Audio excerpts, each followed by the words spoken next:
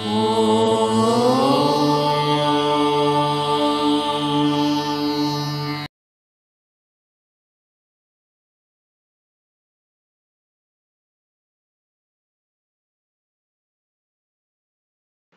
శ్రీ గురుభ్యో నమః. ఓం శ్రీ మాత్రే నమః. వీక్షకులకు నమస్కారం. ఈరోజు వీడియోలో రాహుకేతువులను గురించి తెలుసుకుందాం. రాహుకేతువులు ఛాయాగ్రహాలు. వీరికి భౌతిక రూపం లేదు. వీరు ఎలా ఏర్పడతారంటే సూర్యుని చుట్టూ భూమి తిరుగు కక్షను, చంద్రుడు భూమి చుట్టూ తిరుగు చంద్రుని కక్ష రెండూ ఖండించుకున్నప్పుడు ఏర్పడే బిందువులే రాహువు కేతువు. అవి ఉత్తర బిందువు, దక్షిణ బిందువు అని వీటికి పేర్లు. భూకక్ష, చంద్రుని కక్ష ప్రతి సంవత్సరం 30 లేదా 31 డిగ్రీల ముందుగానే ఖండించుకుంటాయి.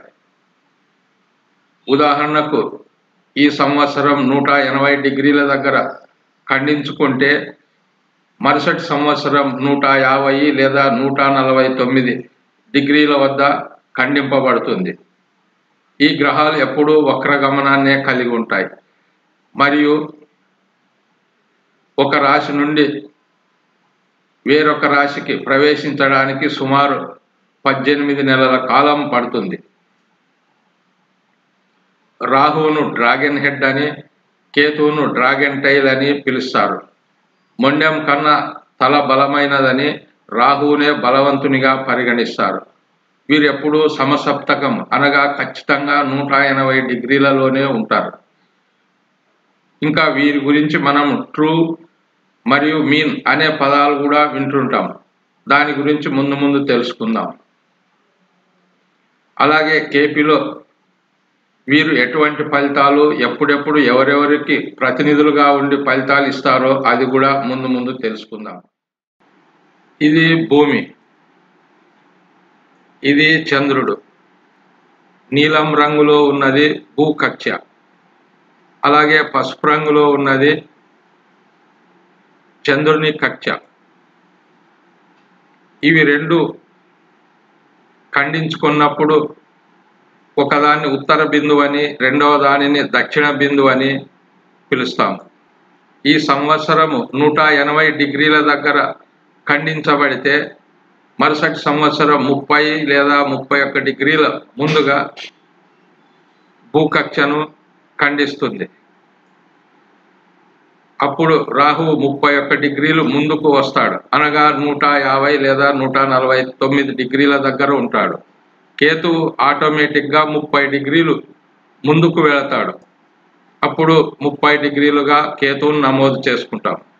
ముఖ్యంగా రాహువు మరియు కేతువుల గురించి ట్రూ, మీన్ అని వింటూ ఉంటాం. ట్రూ అనగా ఈ క్రింద చూపిన విధంగా ఉంటుంది. మీన్ అనగా ఈ వంకర టింకరగా ఉన్న రేఖను సరాసరిగా లెక్కించడమే మీన్ అని అంటాం. ఇలా రాహువు కానీ కేతువు కానీ వారి బిందువులు ఖండిస్తూ ఇలా జిగ్జాగ్గా వెళుతూ ఉంటాయి. దీనినే ట్రూగా పరిగణిస్తాం. వీటిని ఒక వృత్తంగా మార్చుకొని ఈ వంకర టింకర్లన్నీ సరాసరిగా లెక్క వేసి వృత్తంగా మార్చుకోవడమే మీన్ అని అంటాం. మామూలుగా చాలా సాఫ్ట్వేర్లలోనూ ట్రూ మీన్ అనే ఆప్షన్ ఉంటుంది. మీన్ అంటే సరాసరి వృత్తంగా వస్తుంది. ట్రూ అనగా ఇలా వంకర టింకరగా విలువలు మారుతూ ఉంటాయి. ఇప్పుడు రాహువు కేతువులు ఫలితాలు ఎలా ఇస్తారో తెలుసుకుందాం. ఇందులో రాహువును తలగాను, కేతువును మొండెంగాను పరిగణిస్తామని తెలుసుకున్నాం. తల బలవంతమైనది గాను, మొండెం బలహీనమైనది గాను పరిగణిస్తాం. అనగా కేతువు కన్నా రాహువు బలవంతుడు. రాహు కేతువులను ఏ గ్రహమైతే చూస్తుందో ముందుగా ఆ గ్రహం యొక్క ఫలితాలనే ముందుగా ఇస్తారు. తరువాత రాహువు కానీ కేతువు కానీ ఎవరి నక్షత్రాలలో ఉంటారో ఆ నక్షత్రాధిపతుల యొక్క ఫలితాలను ఇస్తారు. తరువాత వీరు స్థితి పొందిన భావంలో యుతి పొందిన గ్రహము యొక్క ఫలితాలను ఇస్తారు. ఆఖరుగా వీరు ఏ రాశిలో స్థితి పొందుతారో ఆ రాశ్యాధిపతి యొక్క ఫలితాలను ఇస్తారు. వీరు ఛాయాగ్రహాలు కనుక ఆర్బ్ అనేది వీరికి వర్తించదు.